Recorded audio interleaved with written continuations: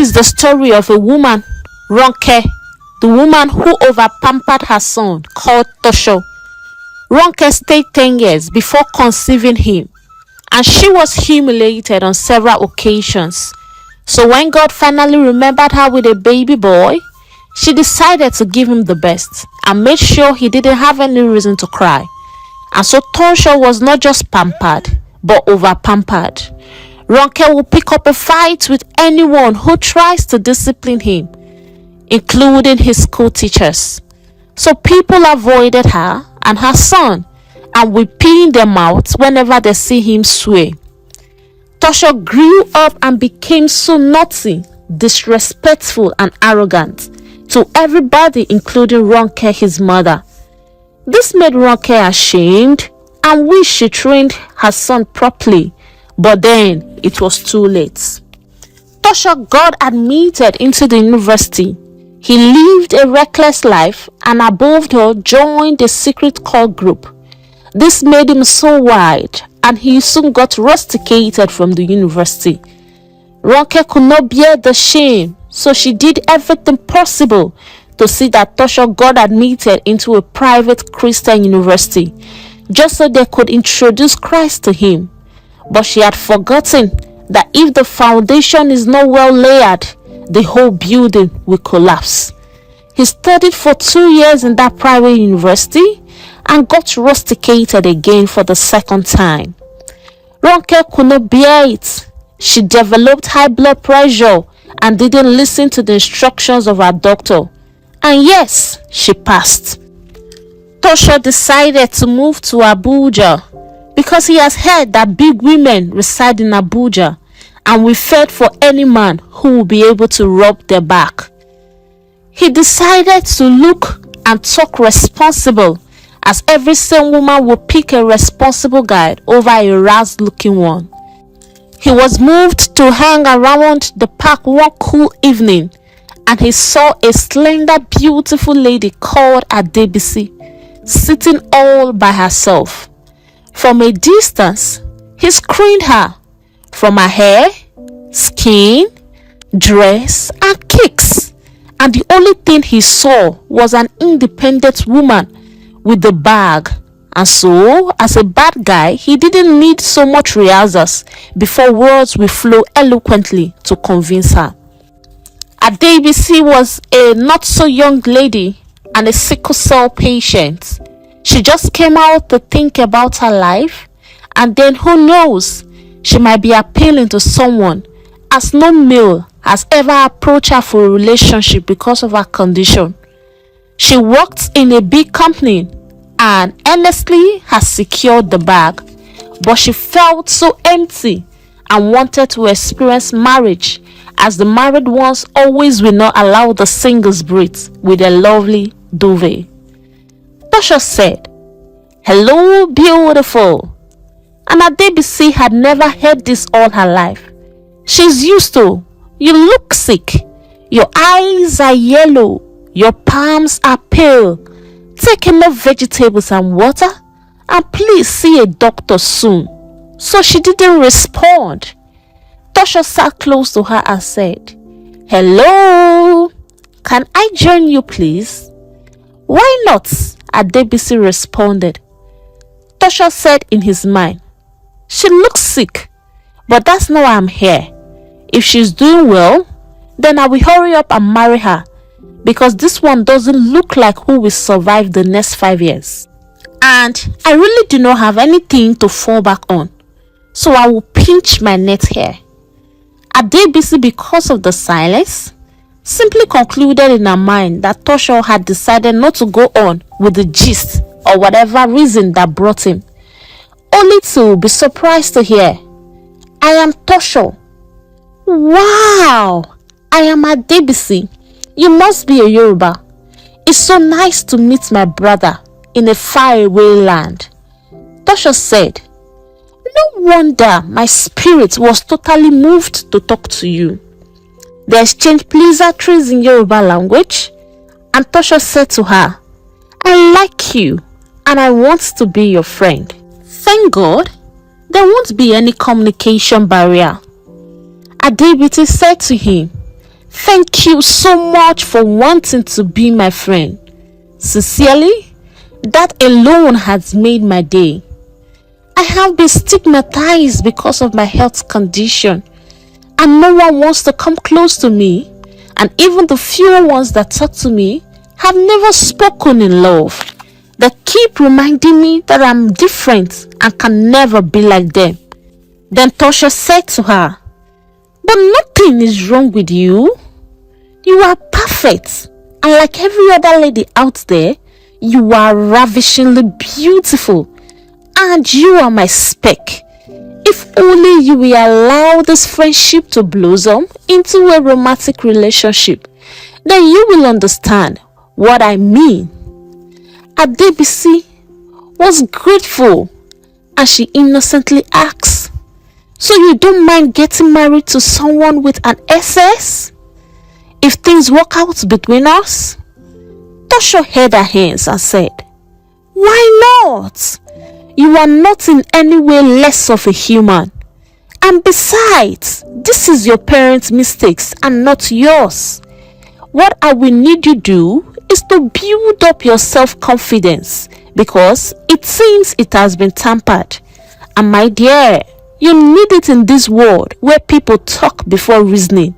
If not, you will be a regular customer of depression, because you will be falling in and out of it." This made Adebisi to love Tosho. Come on now, see punchlines. And nobody had spoken to her the way he did. How I wish she had discerning spirit. Tosho lied he was working somewhere, and this for Adebisi made him 100% husband material, because fine, he's an handsome young man. Tall, he has got the height. Good courage, he has got it. Good conversation, uncle. Ojia. In Adebisi's mind, he has the money as well, because of where he lied he works with. And to her, she doesn't even deserve such a gift because of her health condition, not knowing that she was the big catch for a failed, over-pampered young man. When Adebisi got home, she was grateful she left the walls of her house, and she couldn't let go in her mind of the good time she had with Tosho in the park.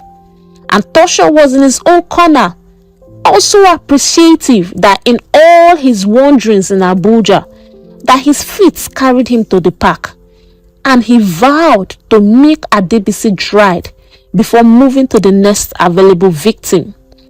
As days grew into weeks and weeks into months, Adebisi began to observe that Tosho lies a lot, because she found out that he wasn't working anywhere and that he hadn't graduated from the university.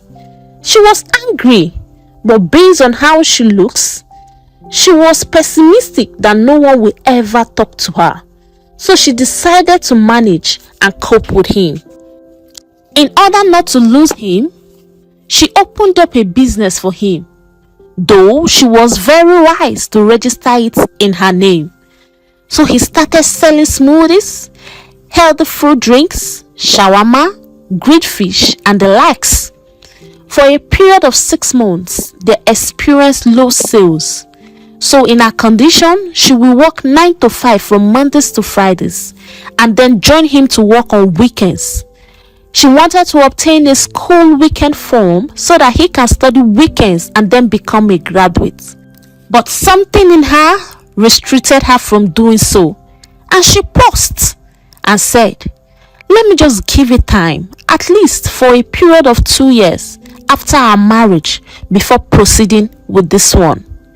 The friendship blossomed, and Adebisi looked better because she regained her inner joy and peace.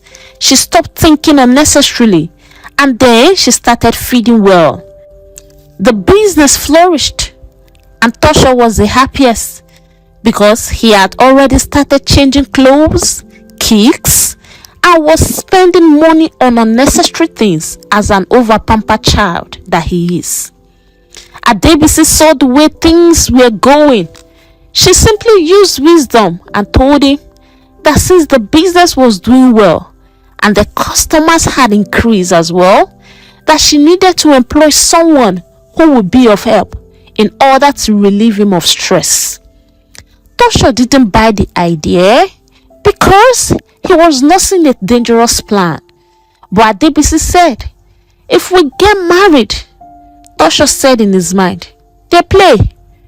Adebisi continued, if we get married, we might decide to take days off, and who knows, we might even travel outside the country. Our business will be shut down. And you know Abuja here, there are lots of competitions. By the time we return, we will meet none of our customers. So, you see why we need to hire someone right now in order for us to know the person well before we get married and start our journeys. Tosho thought to himself and said, for this babe to say we might even travel outside the nation for vacation, meaning she's hiding her wealth, and we only release it in full when we get married. Not be to marry and wear ring. It is not hard though. As long as I get the bag, then anything is a walkover for me. He then turned to Adebisi and said, you are so brilliant, and sincerely, there wouldn't have been a better woman for me. Adebisi blushed, and at the same time she was excited, knowing the reason why she suggested this was to monitor how he spends money recklessly. So she employed her younger sister Titi, that Tosho had never met, and explained everything to her. Tosho didn't suspect they were related because Titi is very healthy, beautiful, and light-skinned. Somehow, the operation of the business was 75% shifted to Titi, and this made Tosho to see the need to talk about marriage. But he was skeptical as this wasn't what he wanted, so he decided to observe for a few months. Titi, who was very smart, began to notice some things about Tosho. He will hide to do some horrible things. She quickly drew her sister's attention to it and said to her, sister, this man is not who you should marry. Remember your condition. You will end up having series of attacks if you eventually become his wife. With what I'm seeing, this man will hit you and hide under the influence of highness. God has been merciful to keep you to this day, and you are doing so well financially, which is so rare. My sister, don't use your hand to fetch infested firewoods. Adebisi said to her, Tosho is very kind and he listens to me. If we get married and he does any of the things you said, I will simply talk to him, just the way I've been talking him into doing some things. And trust me, he will change. He will change, you said, Titi asked. If you haven't observed all these things that I have been saying, meaning he pretends around you. And sister, this will be an everlasting mistake in view. I know you are older than me, but please, the younger ones too are blessed with wisdom. You are the only surviving sister that I have. Don't put me into emotional stress by continuing this relationship with this guy. I sense high voltage danger. Adebisi said to her, it is not that serious. You haven't even known this man for so long, and yet you detest him so well. Just so you know, if he proposes, I will answer an emphatic yes. So make peace in your mind to love him, because he is your soon-to-be in-law. Titi said, Sister Adebisi, this love that has blinded your eyes so, marriage will open it to see the rotten maggots you are about to say yes to. Adebisi said to her, do you know you have just insulted me? Titi apologized and decided to seal her mouth. One day, Titi was attending to one of their customers when Tosho walked into the arena holding hands with someone. She didn't need any prophet to tell her that this was another woman. She ignored and only wished her sister would just meet them. But unfortunately, she won't because she was at work. That same weekend, Tosho proposed to Adebisi when she came to the business premise, and she gladly said yes. Titi didn't congratulate her. She only said to Tosho, "That thing that you have done to my elder sister will soon clear off her eyes, just one day." Tosho was so surprised and he asked, "Elder sister?" "Yes, my elder sister." Tosho became uncomfortable and Titi said to him, "Ease yourself, because I have told her all that you have been doing and she keeps saying you will change. Let me make it clear. If anything happens to her, then be ready to go down with her." The threat didn't hold any water because he only came to Abuja for a purpose, and once achieved, he will move to a bigger city and change everything that he will be tracked with. So he knelt before Adebisi and said, "I am so sorry. I didn't mean to hurt you. I thought you would disappoint me when you shifted the business away from me. I was only casting my eggs in more than one basket. But what your sister, even though I just know she is today, had told me, had just proven that you love me, no cap. I promise I am a changed person. My tent is pitch hair and it is a forever to go baby." Adebisi said, "You have?" And Tosho replied, "Yes, trust me."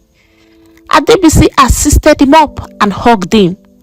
Titi stood there and was giving her sister a bombastic side eye and muttered, "If I were to be older than you now, only one hot slap would have reset that your brain." She hissed and carried her bag and closed for the day. After 2 months, Tosho convinced Adebisi and they had the registry wedding in the presence of few people without any family member in attendance. Titi got to know when she saw wedding bands on their fingers, and she asked her sister respectfully when it happened. Adebisi was sincere on how and where the occasion took place. Titi coughed and said, "This is stronger than what I thought. I may not like your decision, but then again, you have left me with no other option than to support you. I wish you well, and please don't hesitate to speak to me whenever you need me for anything." Adebisi assured her that all is well with her and that Tosho wasn't a bad husband. "Okay, oh, Iyawo," Titi said. After 1 month, Tosho said to Adebisi, "The vacation you talked about, when are we going?" Adebisi was surprised and said, "Which vacation?" Don't pretend here, oh," Tosho said. "You said so when you wanted to employ your sister. Now we are married. The vacation is supposed to be the next thing." "Oh, that? I was just making an illustration," Adebisi said. "Making an illustration?" Tosho asked. "So you think you are smart? We have to go for that vacation. Otherwise, I will stop you from going to work because it seems the salary you're being paid is shaking your brain." Adebisi saw the argument was becoming intense. She decided to keep quiet in order not to escalate the issue. One day, after a heavy downpour, she had an attack as a result of cold, and she started leaping, and Tosho looked her in her face and said, "I sincerely don't know how I became your husband. How do you respect a handsome young man like me to introduce you to people as my wife with the way you are leaping? Any small rain, you'll be shivering like a fowl under rain for 6 hours. He spat on her face and said, "Weak dodo." Adebisi went into the bathroom and washed her face and kept the faith that he would change. When she received her salary, he ordered her to give all to him, and for 4 nights he didn't sleep at home. Adebisi began to ask Titi for transport from the salesmaid because she didn't want to touch her savings. Titi was shocked to her bone marrows because this had never happened, and she asked if anything was the matter. Adebisi said nothing was wrong, and that grieved Titi because it was written all over her that something was definitely wrong. So she said there was no money, and Adebisi broke down and said that she doesn't have transport fare to her workplace. Titi said, "You don't have transport fare, care? Since when? Or has enough?" Adebisi said, "Give me what I asked for. X, I will send you back to where you came from." Titi clapped and said, "Bravo! Send me back, my dear sister, and that man you were living with will send you to come and meet us, or your creator. I mean it. If you don't tell me what the matter is, I promise that 1 kobo will not enter your hand today. So, are you telling me, or I should mind my business and pretend you're not here?" Adebisi said to her, "Why are you treating me this way?" She thought she would emotionally blackmail Titi with her words, but Titi, who was 100% ready to know what the problem was, wasn't moved at all with her emotional blackmail. She simply said, "It is your money. I won't dispute that, but it is under my care, and I won't give it to you. If not, what happened to your salary will happen to it too. So start talking now, Ebo." Adebisi then said her husband collected all and had not slept in the house since then. "I knew he was the one," Titi said, "and I knew you didn't want to tell me because I warned you. But sister, if you don't tell me, how will I help? Yes, I will react, but because I want you to be alive for me, I will always find a solution. You know how we have struggled to keep you alive till today. Please, I beg of you, sis, don't allow marriage that God didn't send you into to snatch you away from us." If you are, just as Titi was still talking, Adebisi started vomiting. She attended to her and made sure she laid down. She gave her the money and said whenever she receives salary, she should keep 30% and then give her 70% to keep, to avoid the reputation of what she called monkey the walk, bamboo the chop. Adebisi regained herself, thanked her sister, and then left. The next day, she went to work and still vomited. She was taken to her company's hospital, and there it was confirmed that she was pregnant. She was happy knowing that she would soon become a mother. The fuel, I must say, is out of this world. When she got home, luckily, she met her husband at home, and she didn't want anything whatsoever to tamper with her joy. So she ignored the fact that he slept out for nights and said to him, "Welcome home. Hope your journey went well." Tosho didn't say anything, and she said to him, "We are expecting." "Expecting what?" Tosho asked. "Expecting our first child." "You and who?" Tosho questioned. "I am not ready to be a father. My feet are not strong financially. I don't own a car. I don't own a house. Nothing. So go and terminate that thing now that it is early." "Ah, Tosho, you surprise me. How can you even suggest that knowing that I'm a sickle cell carrier? Do you even want me alive or dead?" "Are you living?" Tosho asked. No. Hold on. No. let me even ask you, if they say people who are alive should come out, you will join the queue. Adebisi cried. This was the highest she has heard. She became so broken and said, Titi was right after all, but I didn't listen. Now my stubbornness had landed me into big shit. I wished I listened. I wished I listened. While she was still trying to put herself together, Tosho came and said to her, I want to eat jollof rice. I want it very spicy, and please watch your salt. She was left with no option. She undressed and went into the kitchen and prepared the jollof rice. The next day, which was on Friday, Tosho went into the business premise and wanted to siphon money, but Titi said to him, the one you collected from my sister, fine boy, you have finished squandering it. Look at me very well, Lo. I am not Adebisi and I will never be. So let's not create a scene here. Go back home because it is mission aborted even before the very minute you conceived the thoughts. Tosho was boiling and he sat at one corner and said, so this woman had told her sister about the money. So she had the guts to report me. Isn't she supposed to be submissive? As her husband, am I not the owner of the money?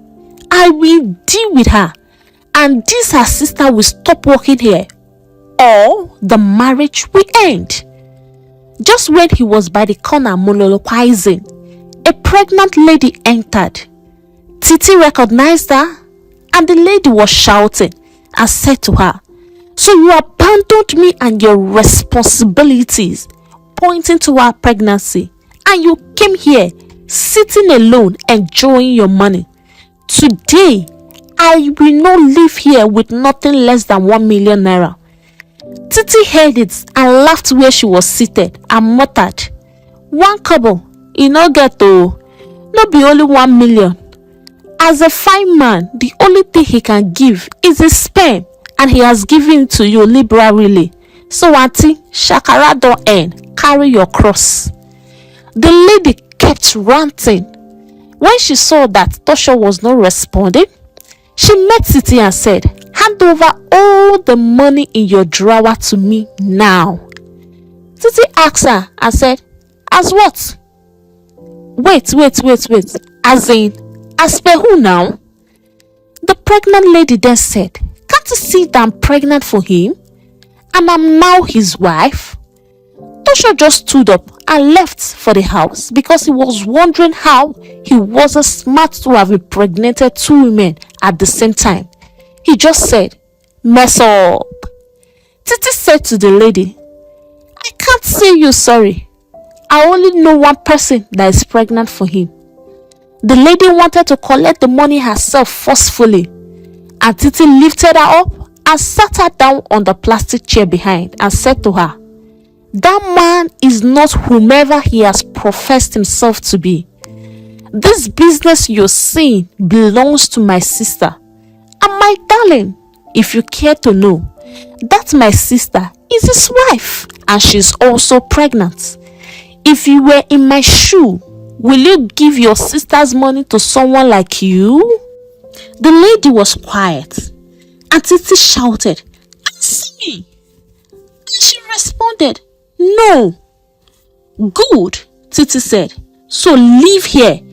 And I don't want to see you here or anywhere around this premise.